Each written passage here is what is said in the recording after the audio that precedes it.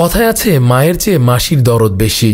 জাতীয় পতাকা অবমাননার অভিযোগে আটক হিন্দু ধর্মপণ্ডিত চিন্ময় কৃষ্ণ দাস বর্তমানে কারাগারে বন্দী রয়েছেন।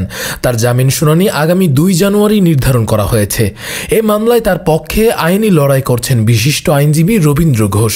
আইনজীবী রবীন্দ্র ঘোষ বর্তমানে ভারতের পশ্চিমবঙ্গের ব্যারাকপুরে অবস্থান করছেন। তিনি জানিয়েছেন শারীরিক চিকিৎসার জন্যই তিনি সেখানে রয়েছেন। গতকাল বৃহস্পতিবার ইসকন কলকাতার ভাইস প্রেসিডেন্ট ও মুখপাত্র রাধারামন দাসের আমন্ত্রণে তিনি ব্যারাকপুরের ইসকন মন্দিরে বৈঠক করেন। বৈঠকের পর সাংবাদিকদের সঙ্গে কথা বলেন তিনি। রবীন্দ্র ঘোষ বলেন, শারীরিক অবস্থার উন্নতি হলে তিনি 2 জানুয়ারি জামিন শুনানির জন্য আদালতে উপস্থিত থাকবেন। তবে চিন্ময় কৃষ্ণ দাসের পক্ষে দাঁড়ানোর কারণে তিনি হুমকি ধমকির শিকার হচ্ছেন বলেও অভিযোগ করেন। আইনজীবী রবীন্দ্র ঘোষ জানিয়েছেন, জামিন শুনানির আগে তিনি কলকাতা হাইকোর্টের বিশিষ্ট আইনজীবীদের সঙ্গে পরামর্শ করবেন। এটি মামলার প্রস্তুতির একটি গুরুত্বপূর্ণ অংশ বলে তিনি মনে করেন। এদিকে ইসকনের বাংলাদেশ শাখা থেকে জানানো হয়েছে চিন্ময় কৃষ্ণ দাসের সঙ্গে তাদের কোনো ধরনের সম্পর্ক নেই। অন্যদিকে কলকাতা শাখা তার হয়ে সক্রিয়ভাবে কাজ করছে। এমনকি রবীন্দ্র ঘোষকে আমন্ত্রণ জানিয়ে ইসকন মন্দিরে বৈঠকেও অংশ নেওয়া হয়েছে। গত 17 ডিসেম্বর স্থানীয় বিজেপি নেতা অর্জুন সিং এর সঙ্গে বৈঠক করেন রবীন্দ্র ঘোষ।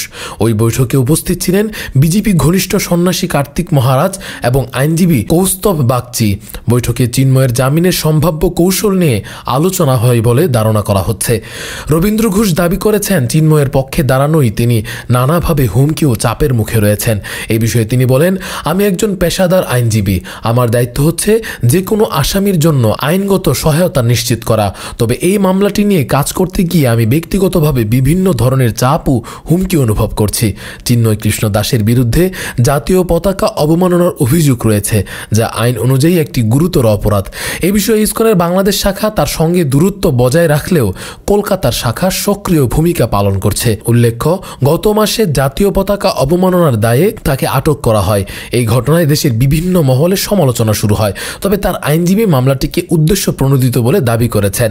2 জানুয়ারির শুনানিতে চিন্ময় কৃষ্ণ দাসের জামিনের বিষয়ে আদালত সিদ্ধান্ত নেবেন। রবীন্দ্র ঘোষের শারীরিক অবস্থা ভালো থাকলে তিনি শুনানিতে অংশ নেবেন বলে জানিয়েছেন। তবে এই মামলার ভবিষ্যৎ অনেকাংশ নির্ভর করবে তদন্ত, সাক্ষ্য প্রমাণ এবং আদালতের রায়ের উপর। এই মামলাটি কেবল আইনি লড়াই নয়, বরং বিভিন্ন সামাজিক, রাজনৈতিক এবং ধর্মীয় প্রেক্ষাপটকে কেন্দ্র করে ব্যাপক আলোচনার জন্ম দিয়েছে। রাকিবুল ইসলাম রইস, ফেস দ্য পিপল।